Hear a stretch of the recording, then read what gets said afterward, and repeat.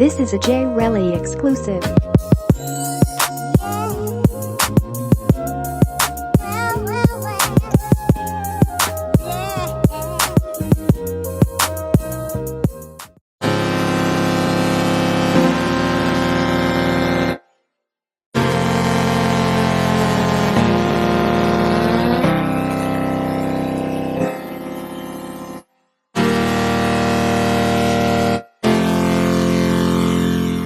Yo, what's up, man? It's your boy Chee Chatman with the Chee Chatman Show Media on Mill, Mr. Better Living.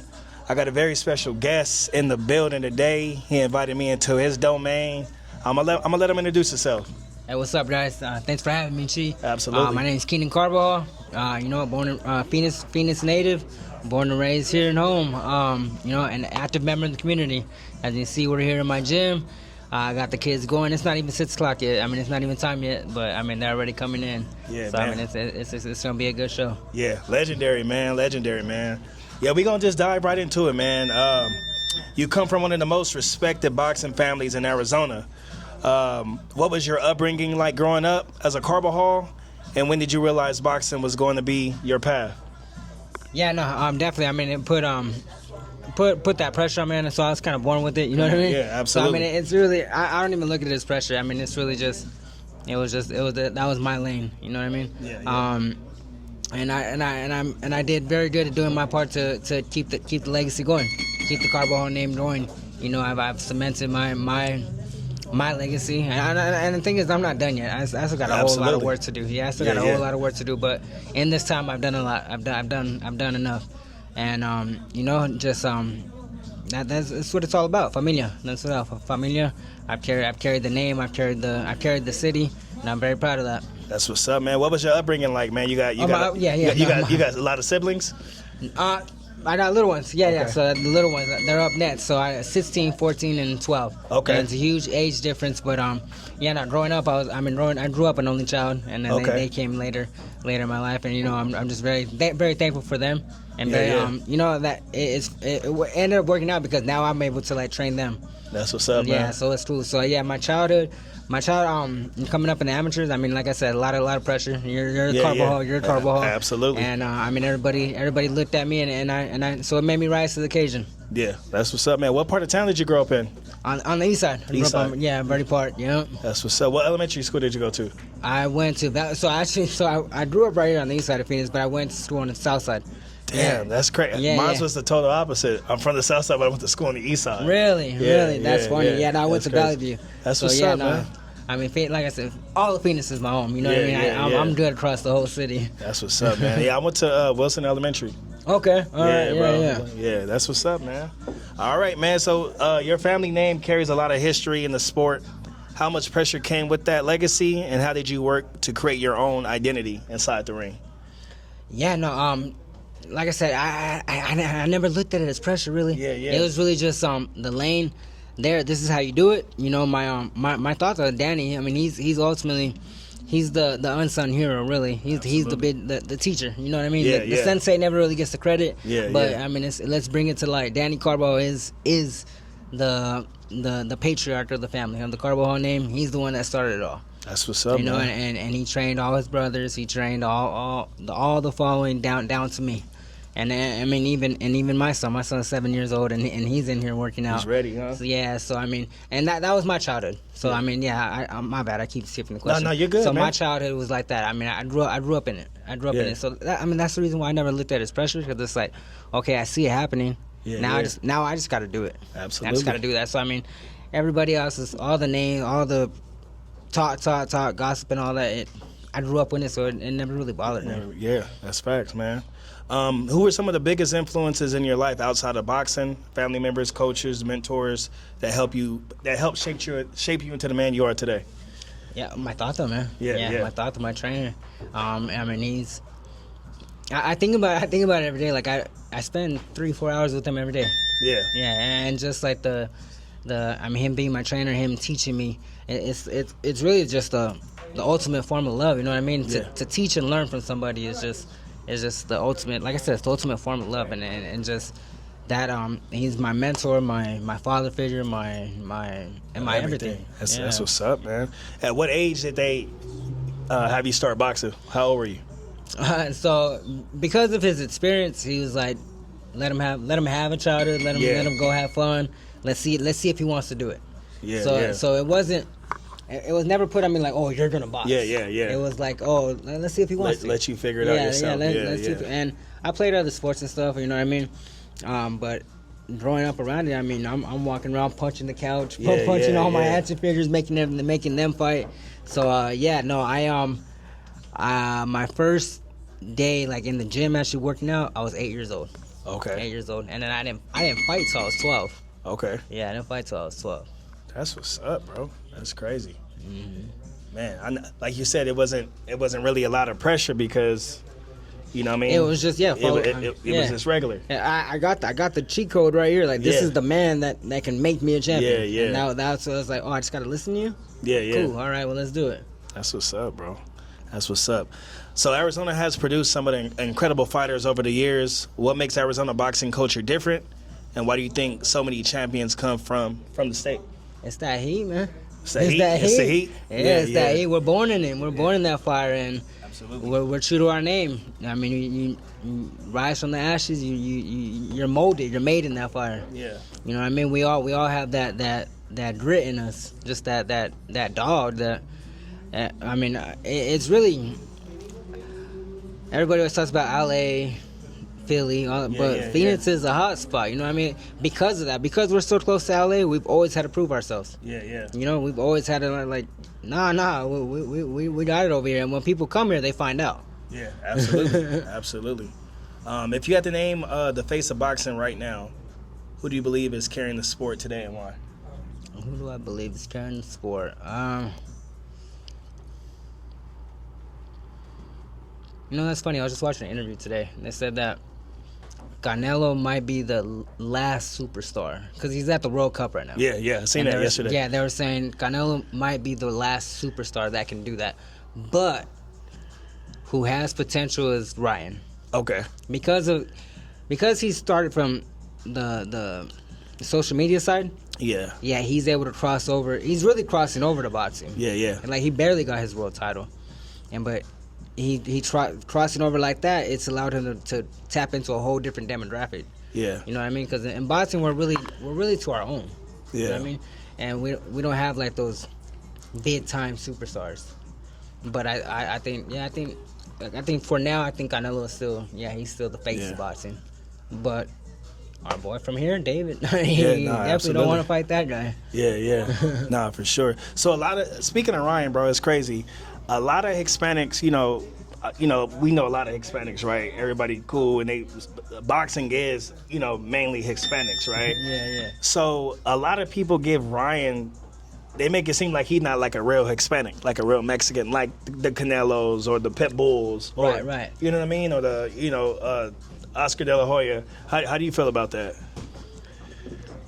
I think he just got to be true to himself. Yeah. He got to be true to himself. He has to stop trying to talk Spanish unless he's gonna go learn. Yeah, for sure. Yeah, I mean, what do you say? Like it's on my sangre or something like. Yeah. Like, cut it out, bro. Like, Yeah. be true to who you are. Yeah. Because it's gonna show in here. Yeah. You let that dog. He's been knocked down. He got up and he knocked the dude out. Yeah. All right, no, that's a real warrior right there. Absolutely. You know what I mean? So I mean, he's gonna earn his respect from in here. Yeah. And he don't necessarily have to prove himself outside the ring. Facts. I hear you, bro. This is a good one, bro. A lot of fans debate whether celebrity boxing influencers, streamers have helped or hurt the sport. Has Jake Paul and the rise of social media boxing ruined boxing, or has it actually brought new eyes to the sport? Like I said, I mean, we're really to ourselves. Yeah. Boxing is never gonna go away. You know, I heard Matt Kellerman say like everybody's favorite sport is boxing. If you see some kids outside playing football, are you gonna go watch them, or are you gonna watch the two people fighting over there? Yeah. So boxing is always gonna be on top. As far as that social media stuff, I think it's all just entertainment. Yeah. If anything, it's bringing more eyes to the sport. I don't disagree with it. I don't bash it. I mean, it's fun. I mean, if two, like I said, two people are fighting out there, we're done to go watch. Yeah, You know what I mean? So, the fact that it's two celebrities, I think it's hilarious. I train a couple influencers. Yeah, you know what I mean? And the true essence, like the true boxers, we're always gonna stick together, Yeah, and we're always gonna absolutely. support each other. All this other stuff, I mean, it's just entertainment. It's fun. Okay. Now, that's a good take on that, bro, because I was like, this would be definitely a good question to ask you because, you know, sometimes you get a lot of these people that be like, dude, they just ruining boxing. Like, we want to watch the real deal. They can't because look at what happened to Jake Paul. Yeah. Fuck around, got his jaw broke. Yeah, for like, sure. like, and what 100 million people watched it. Yeah. So at the end of the day, what Anthony Joshua took home. Yeah, Big ass shit for what? That's facts. So, yeah. That's what's up, man. Boxing has changed dramatically from the era of legends to today's business-driven landscape. What do you think boxing is missing today, and what does it need to regain the golden era feel? You know, back in the day when we used to, the Mayweather and the Oscar De La Hoyas and the Mike Tysons and the Holyfields and the, you know, all those big fights that HBO, Showtime used to show, and then nowadays it's a little different. It's a little different than what we used to see. Right. What I think we need another superstar that makes it. So what happened is Floyd did his thing, but he did it under the I kept my O. I'm undefeated. So now everybody just thinks. But Floyd was a dog. Like he really fought everybody, and then towards the latter part of his career, he picked and chose when he was gonna fight people. He kind of messed up the sport of boxing a little bit, bro. I would say it because it became more of a money grab. Exactly. Yeah. Exactly. But people don't see the behind, like the work that it took to get there. Yeah, absolutely. What we remember is what Floyd's last 10 years. That was more a businessman. Yeah. But he'll speak to it and say like that. Pretty Boy. Yeah. When Pretty Boy was fighting, he was dogging everybody out and fighting everybody. It wasn't necessarily about protecting that O. So just that concept that's kind of ruined boxing because people don't want to fight each other. Yeah. Because and we can get into it, but like my mom's a promoter, so I know the other side of the business too. Yeah, you know what I mean. So I know my whole family is in the sport of boxing, but my mom's a promoter, and as a promoter, you want to protect your fighter. You don't want your fighter to lose. Yeah, because absolutely. Then, oh shit, that's my money right there. If this boy loses, then I don't got nothing to promote. So that's why you're gonna see like the HBO fighters fighting the Showtime fighters. Yeah. But I think that. It's funny you say that. It's funny that we just spoke about it because the Jake Paul's coming in. Yeah, I know. He's like, hey, if you're a good fighter, then you're a good fighter. You're gonna fight. Yeah. That's it. You know what I mean? It ain't about the O. It ain't about protecting anybody. It's about putting on a good show. And he's got the money to back it. The big thing with the Riyadh season right now, the excellency. Yeah. He's putting the money behind people. Whatever your record is, if this is a good fight, then I'm gonna put the money behind it. Yeah. Everybody's gonna move for money. So I mean that's what it comes down to. So fighters just can't be afraid to lose. No, that's facts. Because I feel like Pacquiao and Mayweather, they waited way too long for that fight. Oh, definitely. And I feel like even with him and Canelo, that they waited a long time for that fight too. You know what I'm saying? Right. But okay, that's what's up. Looking at the history of boxing, who are the fighters you studied from the most growing up? And what lessons did you take from their styles and their careers?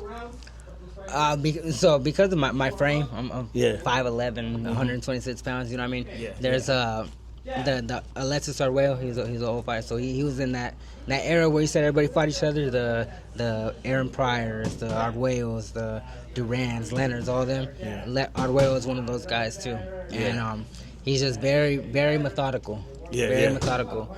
I actually met him when I was younger, and he told me, boxing's a beautiful sport as long as you're in shape.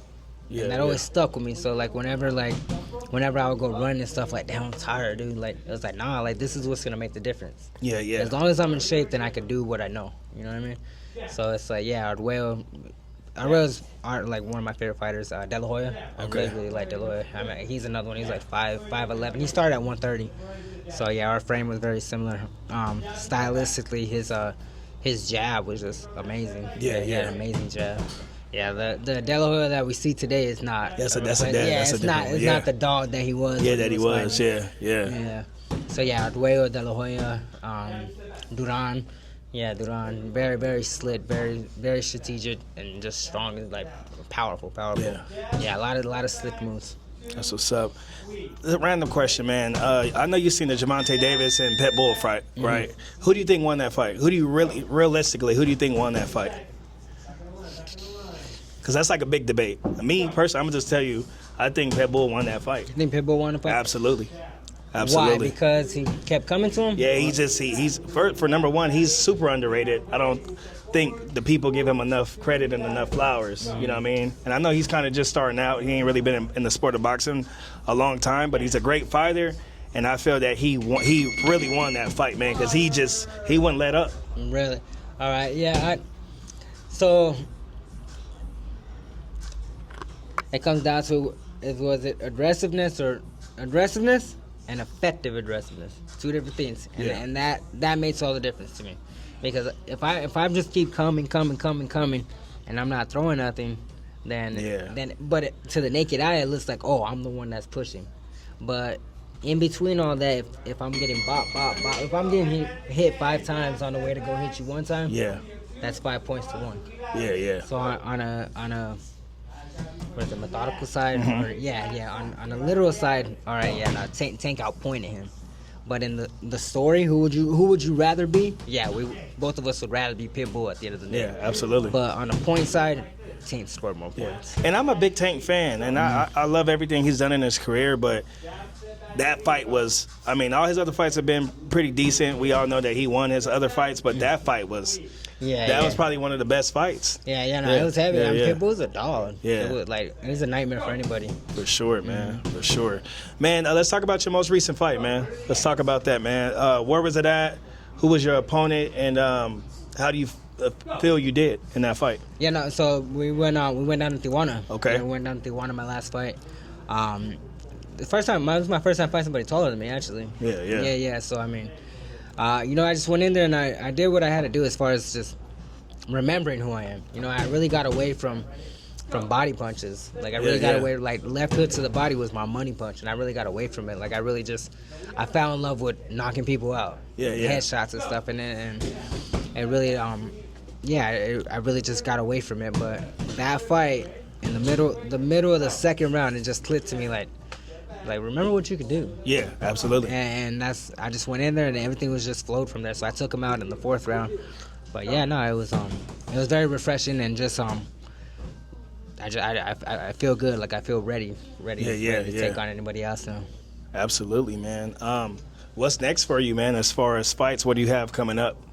Yeah, so actually, like I said, my mom's promoter, so we build a lot of connections because we put on a lot of shows and stuff.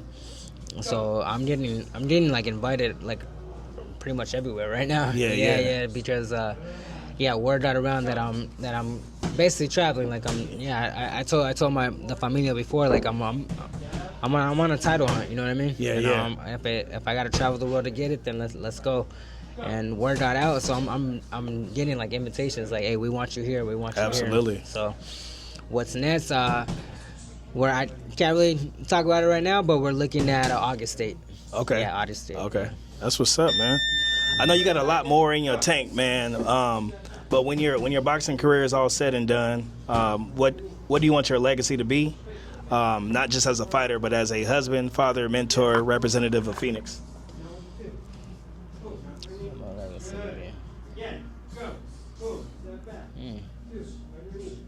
Oh no, I'm not there yet. Not there yet? I haven't thought about it. I don't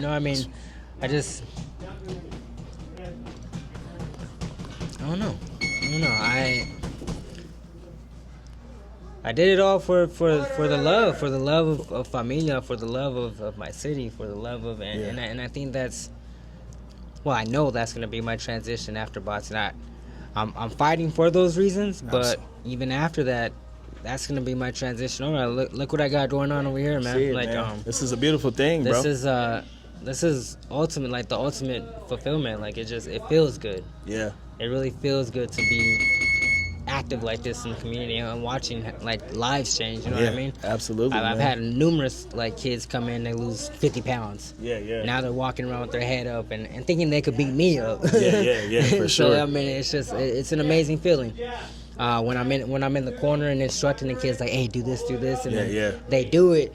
And I gotta work on this because they'll do it and then they'll look at me like yeah. And it's like, no, fool, you gotta look over there. You gotta look over there. Yeah. That's what's up.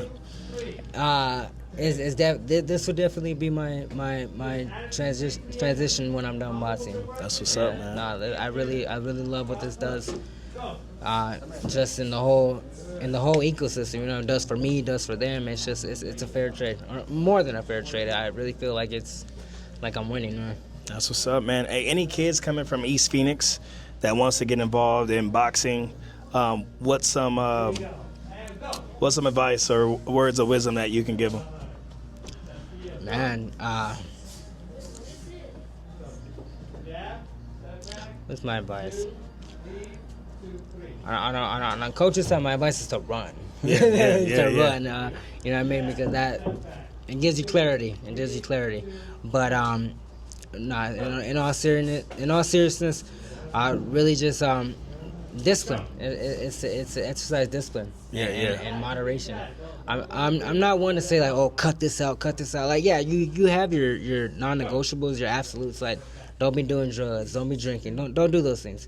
But as far as everything, I'm not saying like just you can't have no fun, but you gotta learn to be disciplined. You gotta learn how to have safe fun, and work in moderation, and really just commit and dedicate yourself to this. You know what I mean?